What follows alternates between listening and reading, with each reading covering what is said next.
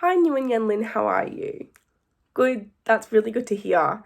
So, I know you are probably wondering why I was asked to see you today, but I just thought I'd call you in so that we can further discuss what we spoke about regarding your reasons for breaching the drug and alcohol treatment order. So, I just want to take this time firstly to make it clear to you that I haven't called you in here today to make you feel bad for breaching the order or anything like that. I just want to have a bit of a friendly conversation with you, a bit of a discussion, so that I can inform you of the possible consequences of these breaches and how this may affect your progress. I even just want to maybe offer you a bit of advice as to how we can further address it. So, as discussed, you are finding your DBT sessions helpful. You did mention that, yeah. But you did mention you had some issues attending for the complete 4-hour sessions because the other group participants' stories are very triggering. Yeah, no, I understand. Yeah. So you also did mention the racist behaviour that was being thrown your way by a few of the other members. Okay, so those are a few issues you've been facing. Yeah. So I do need to inform you that the enrolment in this course requires that you attend all sessions or that you can be removed from the course in its entirety. So attending all sessions includes attending all sessions for the entire 4-hour session. You've been attending all sessions, but only for 2 hours. So that also results in a breach, and the DBT team are actually looking at expelling you from the course because of this. And if you are expelled, that would result in a breach of your rehabilitation order. And also another thing I wanted to discuss was not residing at your mother's house would also result in a breach. When you fail to comply with the conditions of the rehabilitation order, part of the order, and the court is satisfied that you've done that without reasonable excuse, that you've breached the order, that you've failed to comply, then they can do a few things. They can actually either impose a new condition on the treatment program. They can order that you perform up to 40 hours of community service, order that you serve up to 7 days of the suspended imprisonment consecutively, or they can even revoke the whole rehabilitation part of the order in its entirety, the whole treatment order, and they can impose that you serve whole or part of the imprisonment imposed under the custodial part of the treatment order. So in your case, that is 4 years, and that is operational for 4 years. So it is important that we work out a possible solution because of how long this operational period is. If the breaches keep happening, it is likely that the court will take action.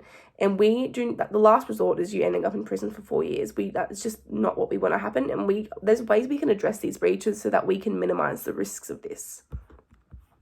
So I believe that you need to communicate your concerns. That is one of the overarching issues here. You've taken matters into your own hands. Communicating your concerns with a member of the court team or even me when you run into difficulties, rather than just taking matters into your own hands by not attending your counselling sessions and by stopping to take your medications, is very important. These discussions can be very beneficial and can even result in the amendment of the rehabilitation part of the treatment order if the court team believes it is necessary. We can either amend current orders, add new ones, take away orders. So that is a very beneficial tool, and just communication in general will be very necessary in the future. Now, as much as it must be hard for you to confront your past and traumatic experiences in the DBT counselling sessions, I think it is important for you to consider the possibility that what you perceive as triggering in the group sessions may actually be part of the therapeutic value of the counselling sessions. That is the aim of this condition. We need you to address the triggering information, triggering traumatic experiences in order to reach the overall value and goal of these sessions. Now, I know it can be triggering. However, I think it would be beneficial for you to maybe be able to talk with the court team about delaying your participation in the DBT courses until you feel more ready for it. We may even be able to discuss with the court team the possibility of changing to a different, more suitable DBT provider, considering your experiences of racist behaviour in your current course. We may even be able to find a DBT provider or a different service provider that is closer to where you are living now with your mother, or even one that is in more of a direct public transport route so that we can also address the issue you've been experiencing with reading and comprehending the transport timetables. This will just help to kill 2 birds with 1 stone.